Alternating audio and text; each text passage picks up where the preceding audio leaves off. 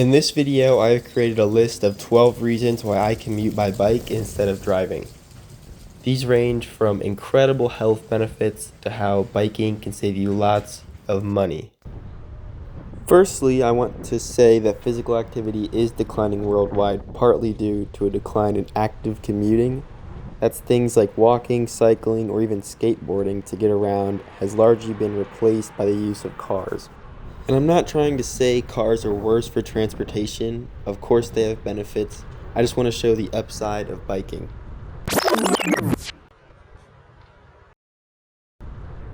Generally, an adult cycling uses about 10 times the amount of oxygen you would sitting still for the same amount of time, and that is why biking helps to lose weight and is super efficient in burning calories.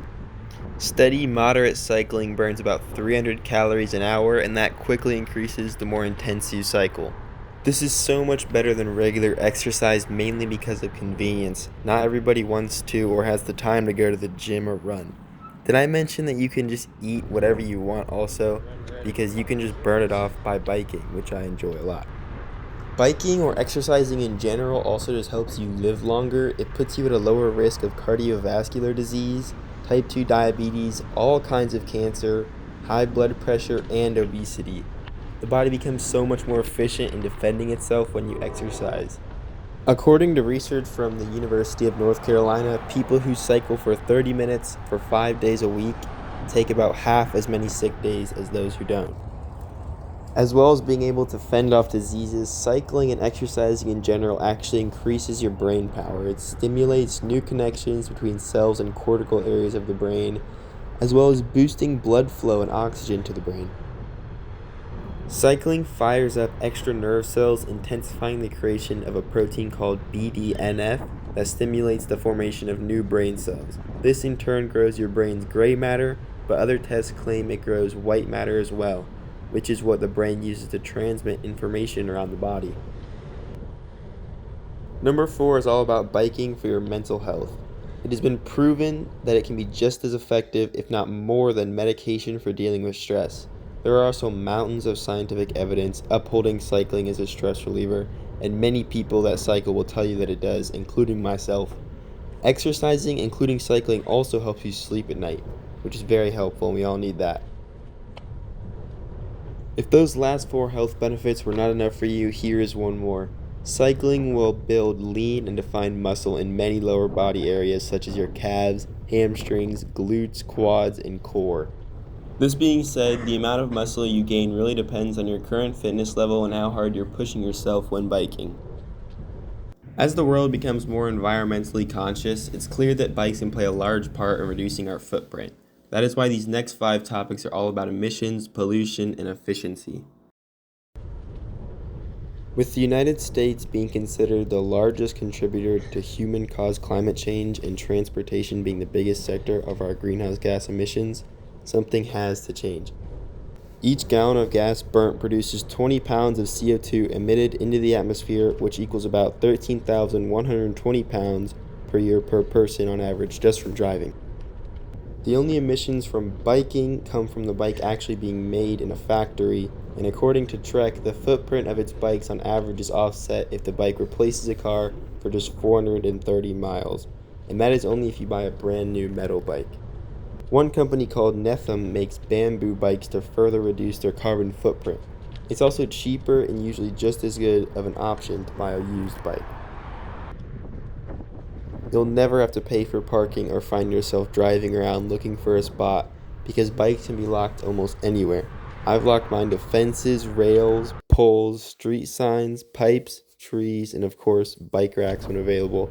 I've also just hidden it before. You can even bring your bike inside with you most places if you don't feel comfortable locking it outside.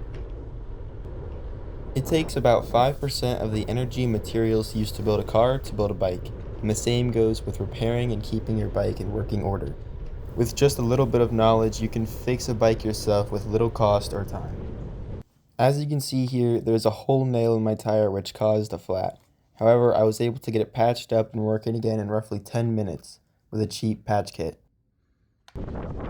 Biking is very efficient, and you travel around 3 times as fast as walking for the same amount of energy used. Taking into account the food you put into your body, you get around the equivalent of 2,924 miles per gallon. When biking, you inhale much less ultrafine particles of pollution, which settle in the lungs and damage cells. This is because typically you bike on the side of the road or less busy streets or paths, and you're not in the direct line of exhaust from vehicles. Also, biking does not emit any particles into the air for others to breathe. A study by Imperial College London found that on average, taxi passengers inhaled over 100,000 ultrafine particles per cubic centimeter. Bus passengers were slightly less, and regular car drivers inhaled roughly 40,000. Bikers and pedestrians, on the other hand, inhaled only about 8,000 on average, a significant amount less. My final 2 points are about how biking can save you lots of money. J.D. Power says that about 17% of American household annual expenses go toward transportation, and that's including buying and maintaining vehicles, buying fuel, and using public transit. They say on average each person spends $13,174 on transportation and $2,449 just on buying gas. That's enough to buy an extremely nice bike and upkeep it and still have over $10,000 left over. There's no getting around that bikes will always be cheaper than cars. You can buy a very nice used bike anywhere from $100 to $1,000 that'll last you forever. There are lots of people willing to help you out and show you what bike would be best for you and to find the right size. In my experience, bike stores are super friendly and want to help as much as possible. With my 12 benefits all said, I'm now going to share with you my biggest reason why I ride a bike, and that's the freedom that you get from it. You don't have to follow any rules like every other person on the road does, and you can bike wherever you want, whether that's the sidewalk, the woods, a remote path, or the middle of the road if that's what you like, and it's all powered by your own 2 legs.